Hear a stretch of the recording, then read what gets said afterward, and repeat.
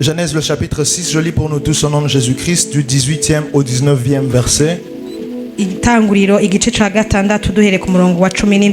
Bon, d'où je viens, on a l'habitude de se tenir debout pour célébrer la parole.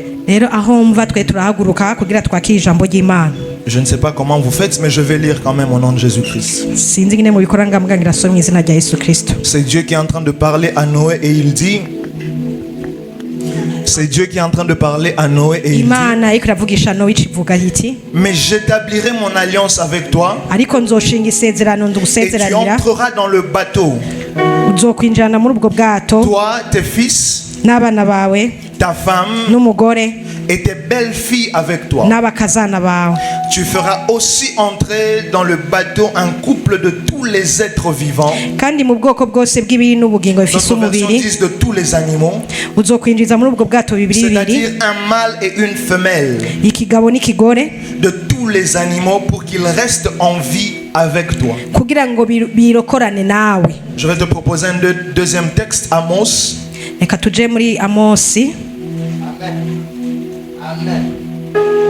Amos le chapitre 3.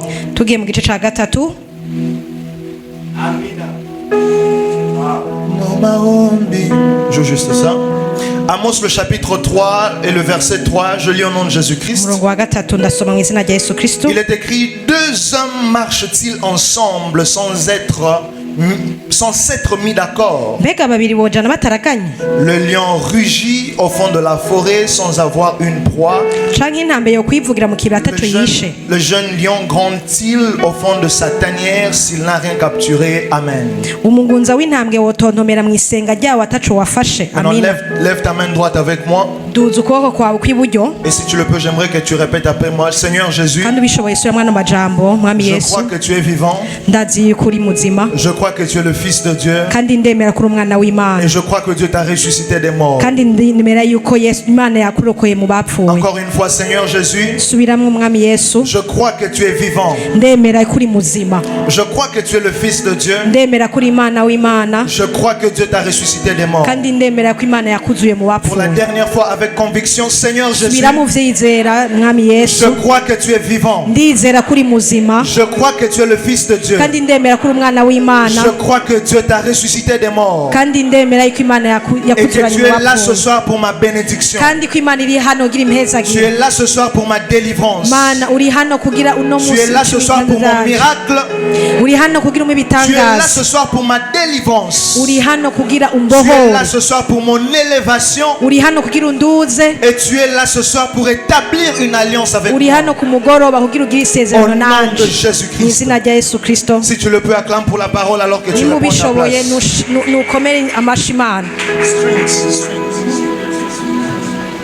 Amen, amen. Amen. How many are happy to be here? Alors, ce soir nous commençons une série. Et pendant 3 soirées, je crois que Dieu me permettra de communiquer sa pensée. Et de communiquer sa parole. Parce que tout ce que Dieu a fait, tout ce que Dieu a créé, il l'a créé par sa parole. Et il n'y a rien de plus puissant que la parole de Dieu. Dans le ciel et sur la terre. Parce que c'est lorsqu'il avait dit que la terre soit, qu'elle fut. Quand il a appelé la lumière, le ciel même a aussi été créé par sa parole. Tout ce qui est et tout ce qui était et tout ce qui sera sont les résultats et la conséquence de la parole que Dieu a prononcée. Et donc je préfère être là où Dieu est en train de parler. Même si je n'ai pas de jambes. Même si je n'ai pas de jambes. Si Dieu est en train train de parler en un lieu, je sais qu'il créera un moyen pour me déplacer. Même si je n'ai pas d'argent, si je suis là où Dieu est en train de parler, je sais qu'une parole viendra pour apporter la provision. Même si je suis malade et que je n'ai même pas de force, si je suis là où Dieu est en train de parler, je dois m'attendre à quelque chose parce que c'est la parole de Dieu qui a le pouvoir et la capacité de guérir. C'est pourquoi il est écrit, il envoya sa parole et sa parole les guérit. On va prier avant d'aller plus loin ce soir. On va prier? Non, ma prière avant d'aller plus loin, c'est que la parole de Dieu rencontre ton besoin et que ce qui est informe et vide prenne de la forme. Il n'y a rien de plus puissant que la parole. C'est pourquoi là où il y avait l'informité et le vide, lorsque la parole est sortie, les choses ont commencé à prendre forme. Je suis en train de parler à quelqu'un ce soir qui sent que sa vie n'a peut-être pas de sens, qui a l'impression qu'il n'a pas de direction. Il est écrit, tu entendras une parole qui te dira, voici le chemin, marche-y. Ce que j'aime, c'est ceci. Lorsque tu es dans la présence de Dieu, la parole ne sort pas que pour tes oreilles, elle sort aussi pour tes yeux. C'est pourquoi lorsqu'il dit tu entendras une parole qui te dira voici. Je sais que vous êtes des intellectuels. Le prophète a dit il y avait des intellectuels ici. Et les spirituels là-bas, on va venir. Quand on dit voici, ça veut dire qu'on dirige le regard vers quelque chose qui est. Et la parole a donc la capacité non seulement de te rendre conscient de ce que Dieu est en train de faire, mais aussi d'ouvrir tes yeux à ce que Dieu est en train de faire. Je déclare ce soir dans le nom de Jésus, pour quelqu'un qui est sous le son de ma voix, tu entendras la parole de Dieu, mais tu verras aussi ce que Dieu est en train de faire dans ta famille, dans la vie de tes enfants, dans la vie de ton mari. Si j'étais à Nairobi, on allait me donner un meilleur amen. Je disais, tu entendras la parole et tu verras ce que Dieu est en train de faire. Si tu le crois, donne-moi un bon amen. Et le grand thème que le Saint-Esprit a donné à l'homme de Dieu pour cette année, c'est que cette année est une année de l'alliance avec Dieu. Vous êtes bénis d'être sous un manteau prophétique. Parce que le prophète est le premier qui entend ce que Dieu veut faire avant que la chose ne se passe. C'est pourquoi lui-même il a dit je ne fais rien. Il dit l'Éternel ne fait rien sans l'avoir annoncé à ses serviteurs les prophètes. Je ne veux pas de guerre avec les apôtres ce soir. Sorry? Je ne veux pas de guerre avec les apôtres. Je ne veux pas de guerre avec les docteurs. Les pasteurs, les évangélistes, je vous aime. Mais le premier office dans le royaume de Dieu, il y a la prééminence sur les choses à venir. C'est le ministère du prophète. Pourquoi c'est le ministère qui a été au commencement et qui sera même jusque lorsque le Seigneur reviendra. Le ministère du prophète. Allow me to just flow. Je sais qu'on n'est pas encore dans le thème, mais je vais rentrer. Le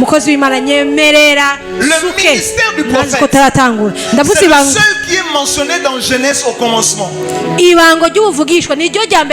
seul qui a la capacité de voyager dans le temps avant que les choses ne soient créées. Son nom était Moïse le prophète. C'est lui qui a écrit le Pentateuque, les 5 premiers livres. Il n'était pas là lorsque Dieu était en train de créer. Mais par l'esprit de la prophétie, il était capable de voyager dans le temps, de voir l'Éternel qui parlait pour créer, de voir l'Éternel qui prenait la boue pour former l'homme, de voir Adam et Ève et leurs enfants, de voir la tour de Babel, de voir les choses qui sont passées des centaines d'années avant lui. Parce qu'il était prophète. Mais la Bible déclare dans le livre de Révélation, avant que le Seigneur ne revienne, il dit qu'il y aura 2 témoins qui viendront. Et ils seront en train de prophétiser pendant des années. C'est le ministère du prophète qui vient après l'enlèvement.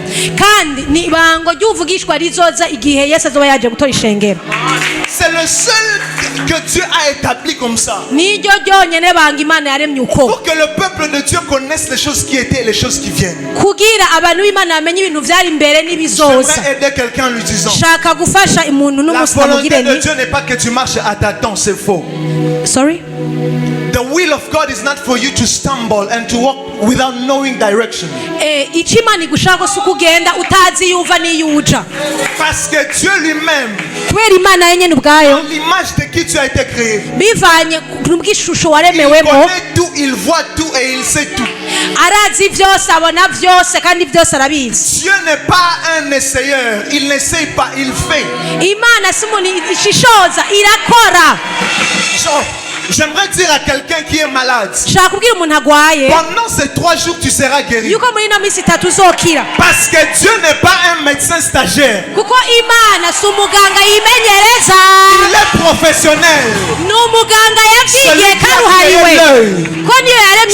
Et donc il sait ce qu'il faut mettre dedans. C'est lui qui a créé le sang. Donc il sait ce qu'il y a dans ton sang. C'est lui qui a créé la jambe. Il sait ce qui doit être remplacé. Je prophétise pour quelqu'un ce soir. Ces 3 soirées sont aussi les soirées de ta guérison. Ces 3 soirées sont aussi les 3 soirées de ta restauration. Ces 3 soirées sont aussi tes 3 soirées d'orientation divine. Au nom de Jésus. Si tu le crois, donne-moi un amen. Et donc lorsque Dieu donne un thème comme celui-ci à son prophète, c'est que Dieu a certainement le plan de bâtir une alliance avec son peuple.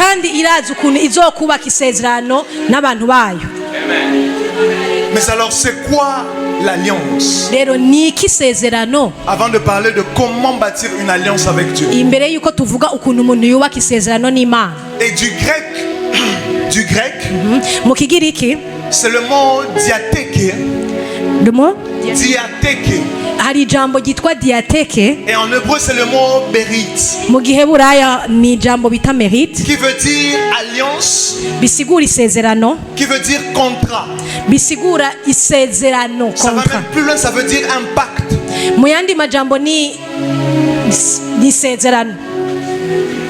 Bon, ça veut dire une entente entre 2 personnes, entre 2 entités, afin d'exécuter un projet spécifique et clair. En d'autres termes, avant même qu'il n'y ait une alliance, il y a d'abord l'objectif pour l'alliance. Avant que Dieu ne établisse une alliance avec toi, il y a d'abord le pourquoi de l'alliance. Parce qu'une alliance qui n'a pas d'objectif n'a pas de sens. Une alliance qui n'a pas de finalité n'a pas de sens. Lorsque deux personnes signent un contrat, au-delà des clauses qu'il y a dans le contrat pour le réguler, il y a un objectif pour lequel le contrat est signé. Il y a beaucoup de femmes ici qui travaillent.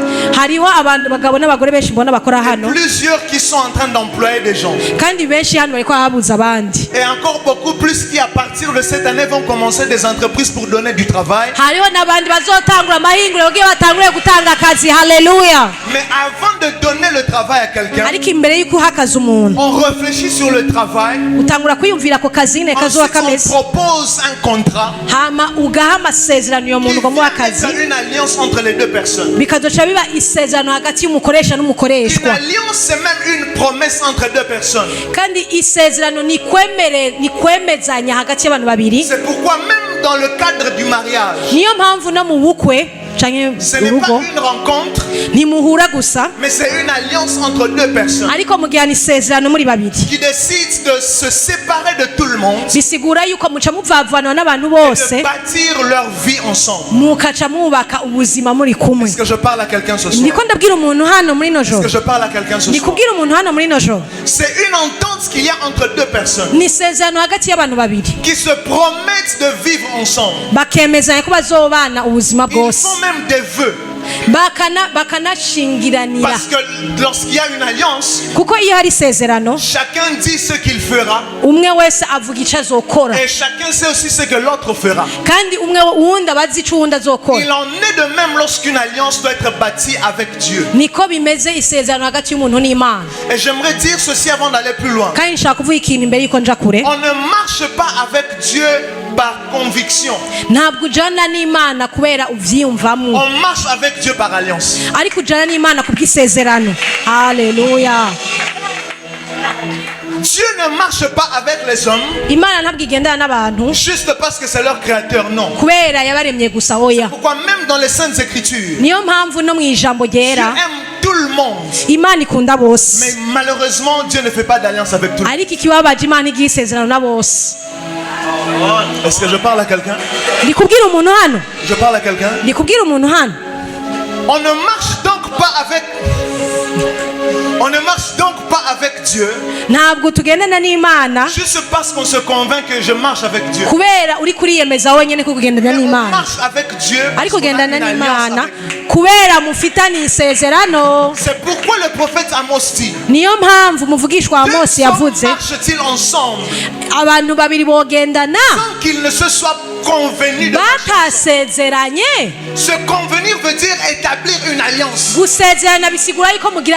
Ça veut dire deux hommes ne peuvent pas marcher ensemble si les deux ne se sont pas rencontrés, ils ne se sont pas assis, ils ne se sont pas parlé, et ils ne se sont pas dit on entre en alliance.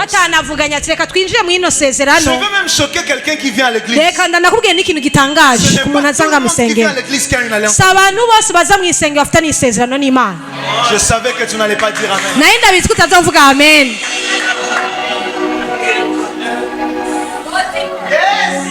Parce qu'il y a des gens qui viennent à l'église prophète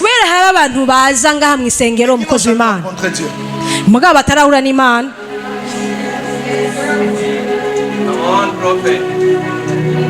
Il y a des gens qui viennent à l'église mais qui n'ont jamais rencontré Dieu.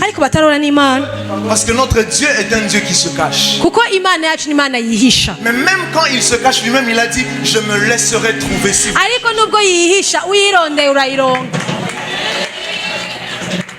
En d'autres termes, sa volonté c'est que tu le trouves. Et il sait que tu n'as pas la capacité de le trouver, donc il va te conduire pour que tu le trouves. Mais avant qu'il ne commence à marcher pour que tu le trouves, il attendra de voir si tu le cherches. Pour qu'il vienne maintenant établir une alliance avec toi.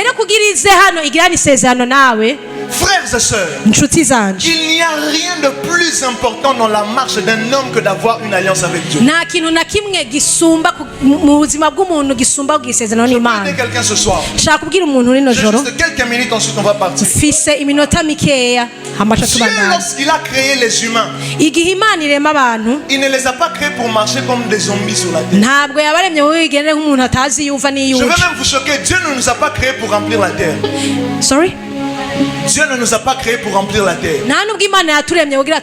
Si c'était seulement le besoin de remplir, il allait remplir avec les animaux, avec les arbres, avec le lac. Mais il a d'abord créé l'homme pour dominer, pour multiplier, pour fructifier. Il y a un objectif pour lequel Dieu t'a envoyé sur la terre. Et je prie pour quelqu'un avant cette soirée, que tu comprennes ce pourquoi Dieu t'a envoyé sur la terre. Papa, Dieu ne t'a pas envoyé sur la terre pour payer les factures.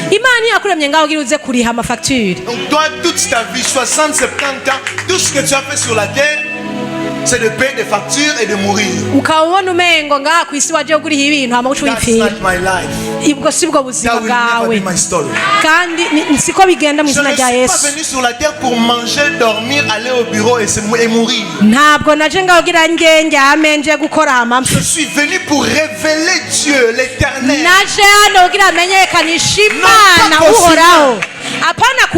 Mais à la création tout entière.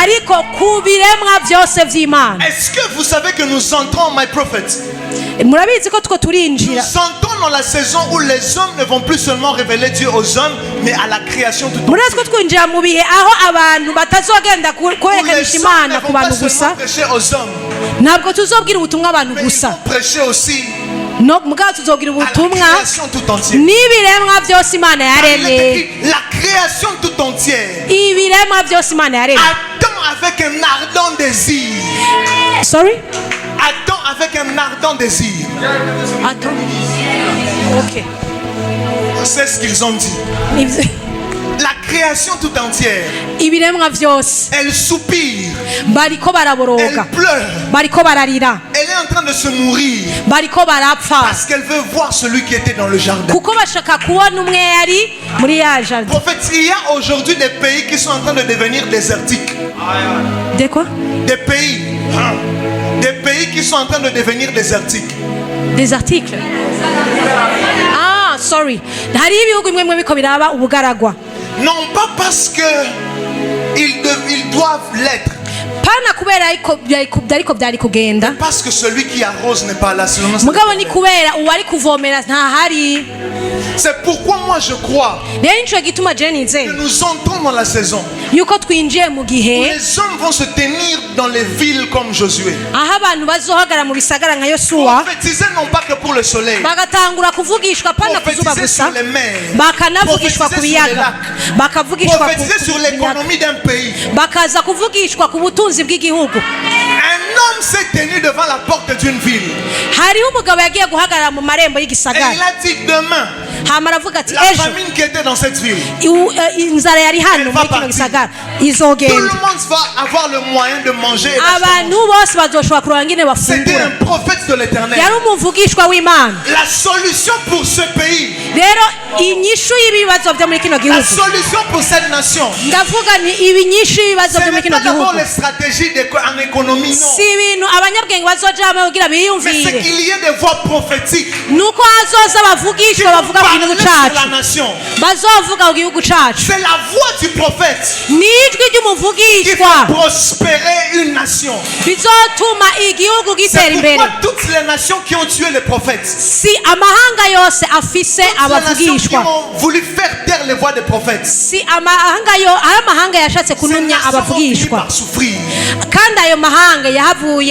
Parce que la prospérité d'un pays gutera imbere kw'igihugu ne se trouve pas dans les diplômes. ntabwo biri mu mpamyabushobozi. Moi je viens d'un pays qui est l'un des pays avec les hommes les plus intellectuels d'Afrique. jewe mva mu gihugu kirimo abantu bize cyane muri Afrika. C'est l'un des pays où tu entres et te demandes est-ce que ces gens sont normaux ou pas. mugana n'igihugu wiyumvira ati mbega abantu barakomereza mu mutwe cyane. Où des gens vivent aux États-Unis pendant 2 semaines. aho abantu baba mu leta z'umwe za Amerika indwi zibiri. Dans sa ville. hama agataha mu gihugu mu gisagara. La ville on dirait une poubelle. hama ugasanga muri ico gisagara umengo n'umwanda gusa. $6,000. Sorry? akaba afise ibihumbi 6,000 by'amadolari. Il met un costume de $10,000. akambara impuzu y'ibihumbi 6,000 by'amadolari. Il se sent à l'aise. handi akumva ari amahoro. C'est des gens qui sont maudits. abo n'abantu Imana yavumye. Parce que tu ne peux pas être un homme normal. kuko ntushobora kuba uri umuntu yiyumvira Tu neza. voles 15 millions, 150 millions. ukiba miliyoni 15 Pour ijana na construire 50 des hôpitaux dans un village. kugira ugende kubaka Et tu ibitaro. dors en paix chez toi, tu sais qu'il y a des enfants qui sont en train de mourir. kandi bayaguhaye amahera kugira wubake ibyo bitaro mugabo ugaca utaha iwawe ukayakubita ku mufuka uzi ko abana bariko barapfa. Le problème c'est parce que ikibazo il aho n'y a kiri plus de voix prophétique nuko atajwi qui vont ry'umuvugishwa se rigihari tenir pour parler sur les villes. bagihagarara kugira bavuge ku Mais bisagara. je prie et j'intercède. ariko ndasenga kandi ndinginga imana Jésus-Christ.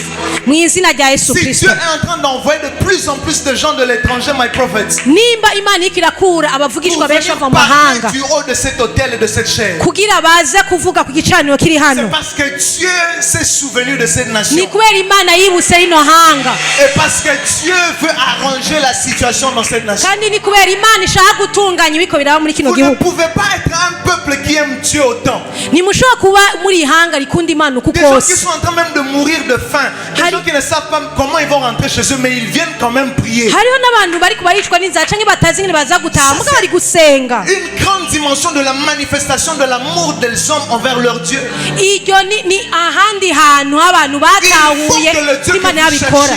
iyo mana muri kumurarondera Établisse une alliance avec cette nation. ikeneye kugira isezerano na ino shengero. Et ce que j'aime avec Dieu, icyo nkunda ku Dieu mana, n'établit pas que les alliances avec les hommes. imana bwigira amasezerano n'abantu gusa. Dieu a d'abord établi les alliances avec les nations. imana ibanza kugira amasezerano n'amahanga. Israël était une nation cachée dans les entrailles d'un homme.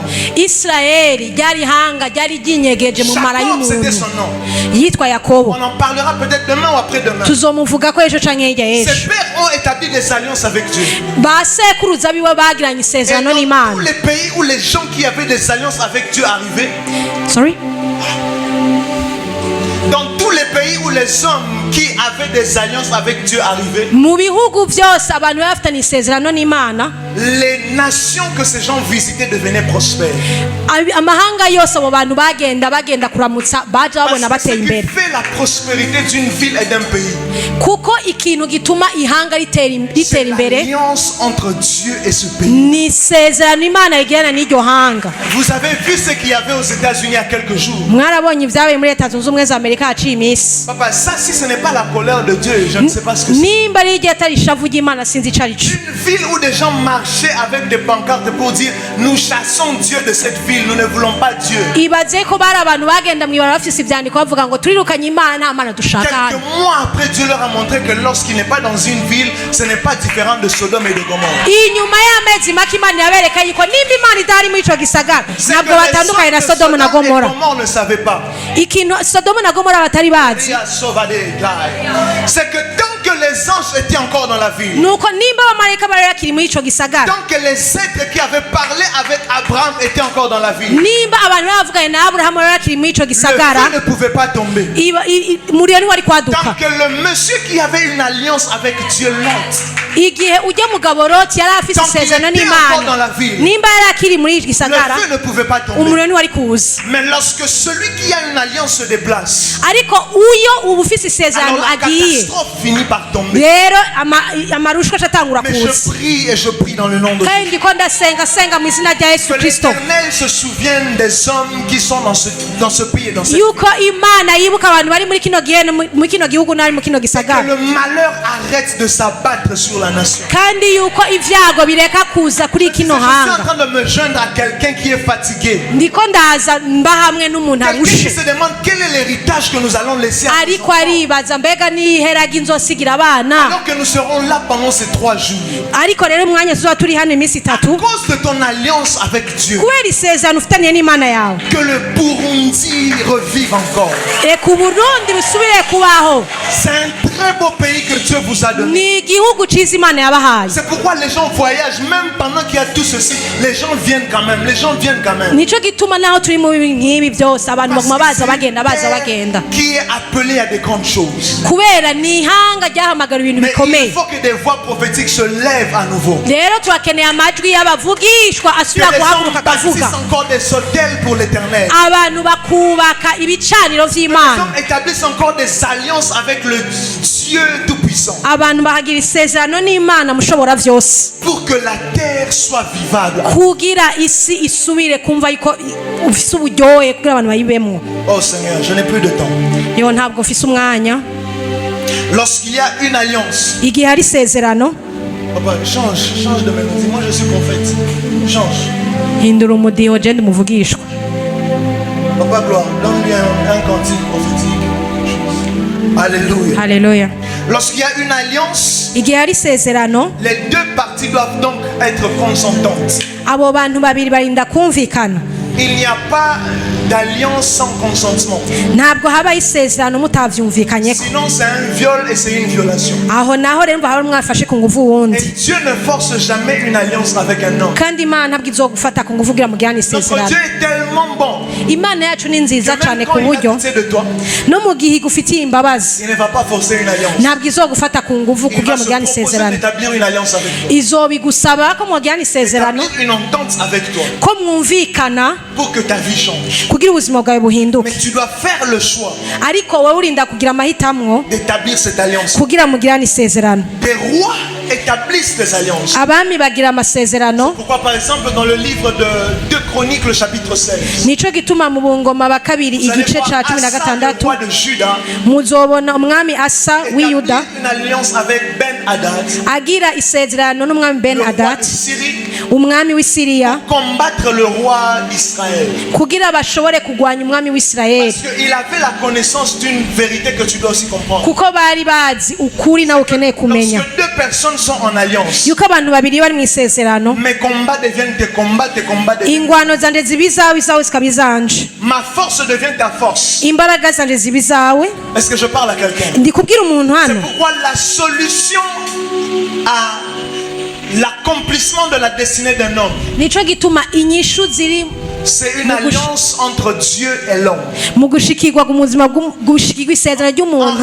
Isezerano hagati y'Imana n'umuntu. En réalité, c'est possible de tricher dans la marche de la destinée. Ego birashoboka ko ushobora gushaka kwiba mu kuntu uri kuragenda isezerano. Kuko umuntu afitanye isezerano. Un contrat avec Dieu. Atera igikumu kuri isezerano. N'Imana kugira Imana imuha amabanga. Kugira ushobore gushitsa ivyo Imana yaguteguriye mbere. Est-ce que tu as compris ça? C'est possible de tricher dans la marche avec Dieu. Et un qui sait qu'il n'a pas de force, ce qu'il doit chercher, c'est chercher une alliance avec Dieu. Parce que tant que tu as une alliance avec Dieu, puisque c'est lui qui sait ce à quoi il t'a appelé, c'est pourquoi il t'a destiné. Et maintenant sa force devient ta force. Tes combats deviennent ses combats. Tes soucis deviennent ses soucis. L'alliance devient la raison pour laquelle Dieu te donne toutes les armes et toutes les sécurités. C'est pour cela que tu as besoin d'une alliance. Et plusieurs fois Dieu a établi des alliances avec des hommes. Noé que nous avons lu, Dieu a établi une alliance avec lui. Abraham, Dieu a établi une alliance avec lui. Tout celui avec qui Dieu a marché, Dieu a établi d'abord une alliance avec lui. Mais la dernière des choses que je vais dire aujourd'hui, c'est que les avantages de l'alliance ne bénéficient pas seulement à celui qui a fait l'alliance, elles ont aussi la capacité de tomber sur celui qui est dans le barrage de celui qui a signé l'alliance. Les La femme de Noé n'avait pas d'alliance avec Dieu. Les enfants de Noé n'avaient pas d'alliance avec Dieu. Les belles-filles de Noé n'avaient pas d'alliance avec Dieu. L'Éternel dit à Noé, j'établirai une alliance avec toi. Avec toi. Dans l'arche, pas seulement seul, pas seul. Tu vas entrer avec ta femme. Tu vas entrer avec tes enfants. Tu vas entrer avec leurs femmes. Mais à cause de la force de l'alliance, même les animaux vont aussi entrer. J'aimerais dire à quelqu'un ce soir, tu as en réalité besoin d'avoir une alliance avec Dieu, non pas que pour toi. Il y a de cela quelques années, je travaille dans une entreprise. Je travaille dans une ONG au Kenya. Et on a fait des financements de l'Union européenne. Et quand Covid est venu, tout le monde était en train de couper les fonds. Et ça devenait la panique parce qu'on devait déjà renvoyer certaines personnes et tout ça. Jusqu'à ce qu'un soir le Saint-Esprit vienne me dire, pourquoi as-tu peur? Si tu es dans cette maison, elle ne peut pas tomber. Je dis quoi? Le lendemain, j'ai mis mon costume. Tout le monde était en débandage.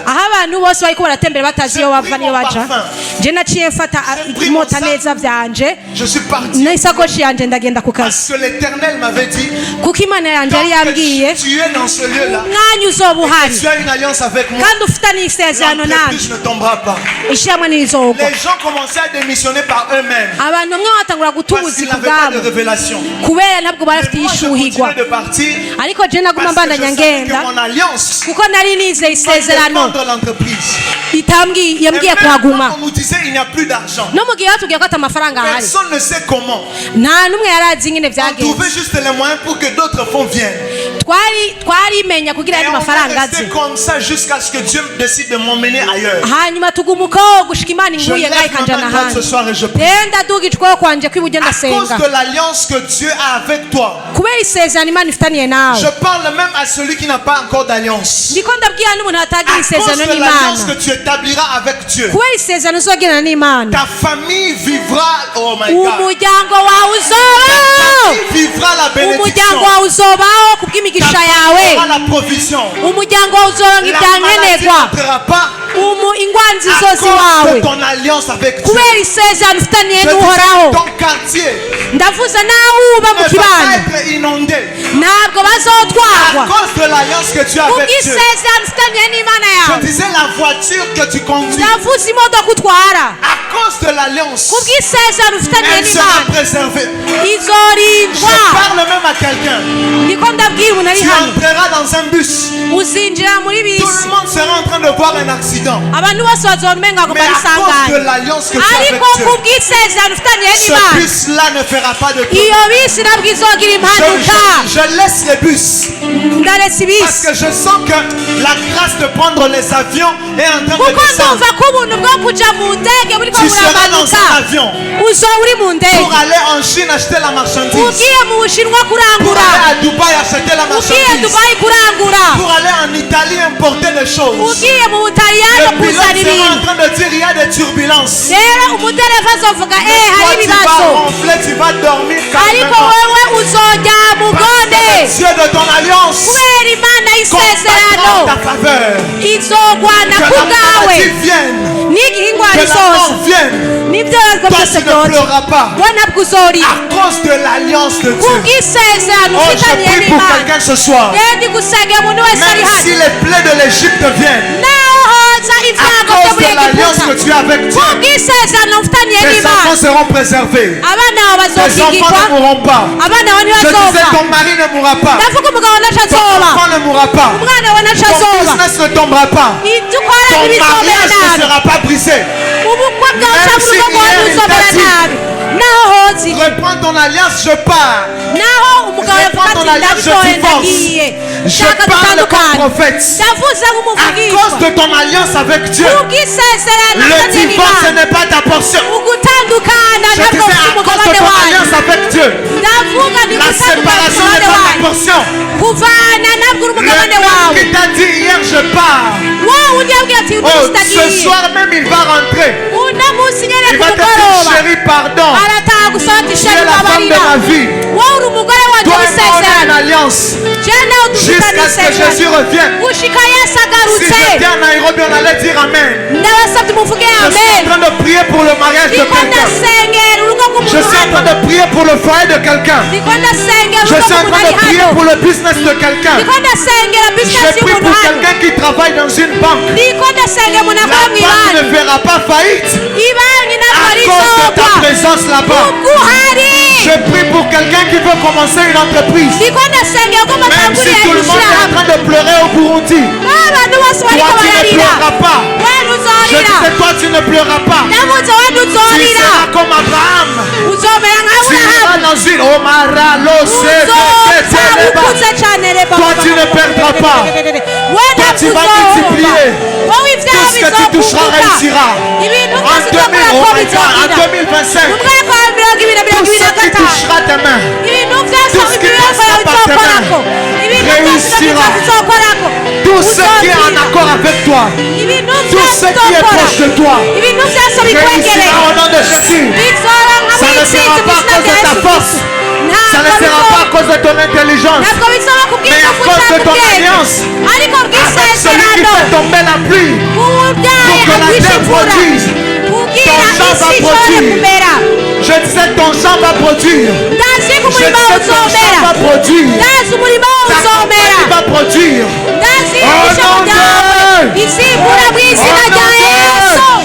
J'aimerais que tu pousses des cris de joie. Et que tu acclames pour le Dieu de ton alliance. Je disais pousse des cris de joie. Et acclame pour le Dieu de ton alliance. Lève-toi, lève-toi, lève-toi, lève-toi, lève-toi, lève-toi. J'aimerais que tu donnes high five à 5 personnes. Dis-leur j'ai une alliance avec Dieu. En 2025, à cause de mon alliance, je vais réussir. À cause de mon alliance, je me relève et j'avance. Même quand j'étais faible, à cause de mon alliance, sa force devient ma force.